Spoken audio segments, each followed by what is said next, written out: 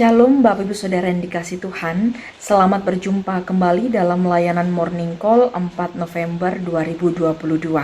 Saya Pendeta Febriani Tarigan, Pendeta Jemaat GPIB Jemaat Shalom Balikpapan, Pospelkes Efrata Traktor 6, Pospelkes Sejahtera Samboja, dan Pospelkes Torsina Senipah.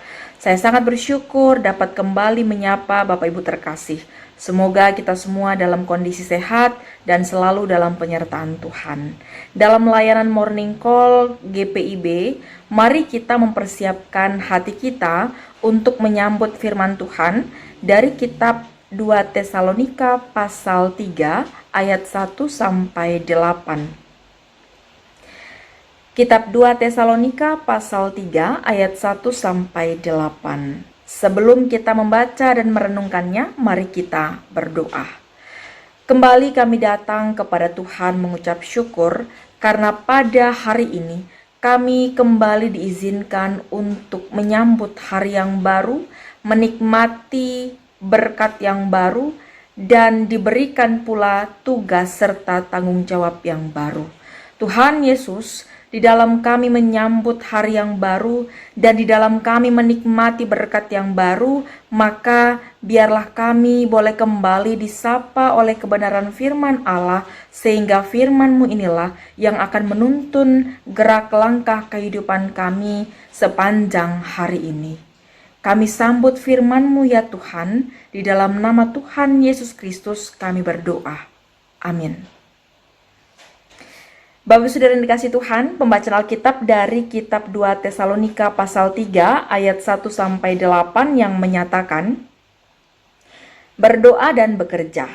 Selanjutnya saudara-saudara, berdoalah untuk kami supaya firman Tuhan beroleh kemajuan dan dimuliakan, sama seperti yang telah terjadi di antara kamu. Dan supaya kami terlepas dari para pengacau dan orang-orang jahat, sebab bukan semua orang beroleh iman.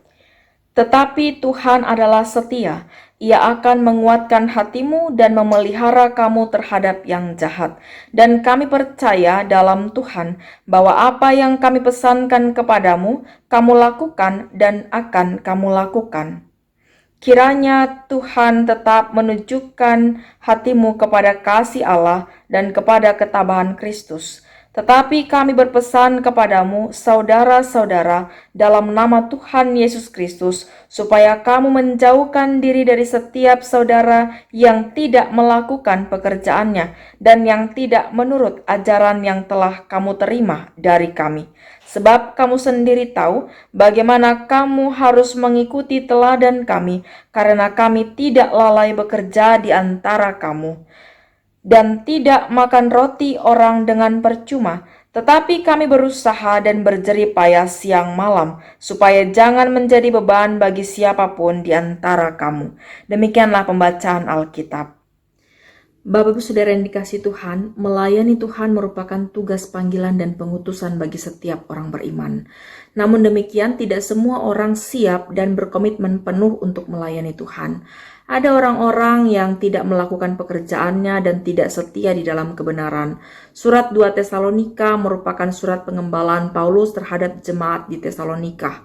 Ia mengingatkan mereka agar mereka mau bekerja dan taat pada pengajaran tentang kebenaran yang sudah mereka terima. Pada kesempatan ini juga, Paulus mengungkapkan tentang adanya kemalasan dan ketidakkonsistenan umat dalam melayani Tuhan.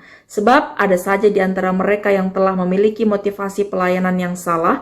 Ketika melayani, mereka bukan lagi melayani untuk kemuliaan Tuhan, melainkan untuk keuntungan dan kemuliaan diri sendiri. Maka pada bagian akhir dari surat 2 Tesalonika, yaitu pada pasal 3 ayat 1 sampai 8, pertama-tama Paulus memohon supaya jemaat mendoakan Paulus dan rekan-rekan sepelayanannya untuk beberapa hal yang disebutkan Paulus pada ayat 1 sampai pada ayat yang kelima, yaitu supaya firman Tuhan yang diberitakan dapat diterima, supaya Tuhan melepaskan mereka dari para pengacau dan orang-orang jahat, supaya mereka menjadi taat dengan cara tetap menunjukkan hati kepada kasih Allah dan pada ketabahan Kristus. Bapak Ibu Saudara, dari ayat 1 sampai ayat 5, Paulus dalam hal ini bukan hanya sekadar meminta doa, melainkan juga memberi teladan yang baik untuk diteruskan di antara mereka, bahwa Paulus tidak meminta pokok-pokok doa untuk dirinya sendiri, melainkan hanya untuk pekerjaan Injil. Dan hal ini berkaitan dengan ayat-ayat berikutnya, yaitu pada ayat 6 sampai 8. Paulus menekankan hal untuk memberi teladan satu terhadap yang lain. Bagaimana supaya mereka tidak mengandalkan orang lain demi memberi keuntungan bagi mereka, melainkan tetap bekerja dengan rajin dan setia menurut Injil yang telah diberitakan oleh para rasul.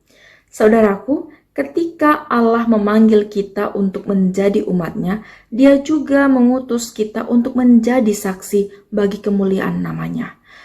Untuk itu Allah memberikan Roh Kudus dalam memproses kita setiap hari, agar kita dapat menjadi saksi Kristus. Maka efektivitas dan konsistensi kita dalam memberitakan kebenaran hanya bisa terjadi jika kita memberi tempat bagi Roh Kudus untuk menuntun hidup kita, bukan lagi memberi tempat pada kehendak diri kita sendiri. Dari bacaan Alkitab pada hari ini, kita belajar bahwa bekerja untuk Tuhan memang tidak mudah, sebab bukan semua orang beroleh iman.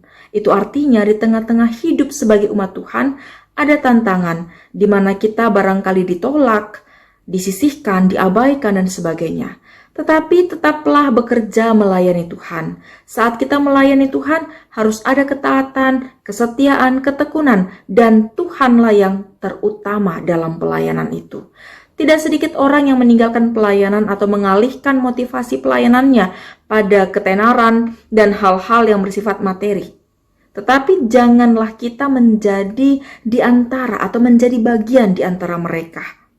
Mari Bapak Ibu Saudara, berilah diri kita untuk memiliki motivasi yang benar. Tetaplah mengarahkan pelayanan dan pekerjaan kita pada kemuliaan nama Tuhan. Sepanjang hari ini kita akan kembali beraktivitas.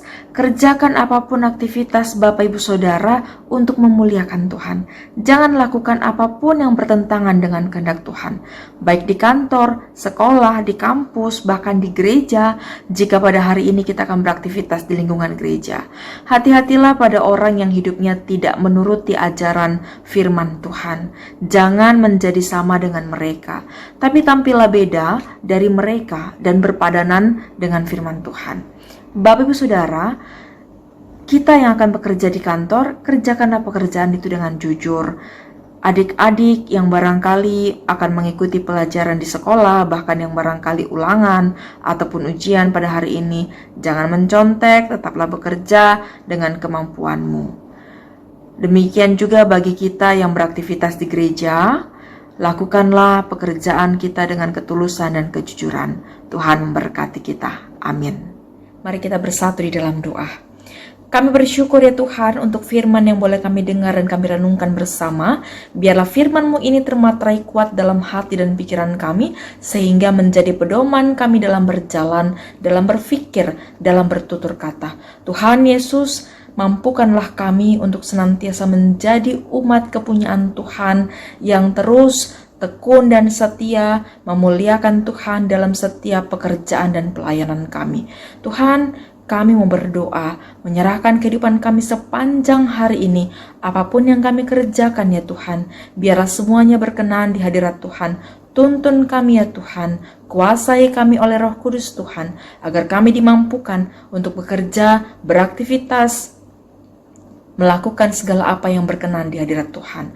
Kami juga berdoa untuk rekan-rekan kami, saudara-saudara kami, keluarga kami yang saat ini sedang dalam kondisi sakit, sedang dalam pergumulan, sedang dalam perjuangan di tengah-tengah aktivitas mereka. Kiranya Tuhan juga memberkati mereka. Berkati pemerintahan kami, bangsa dan negara kami, pemimpin negara kami dari tingkat pusat sampai tingkat daerah.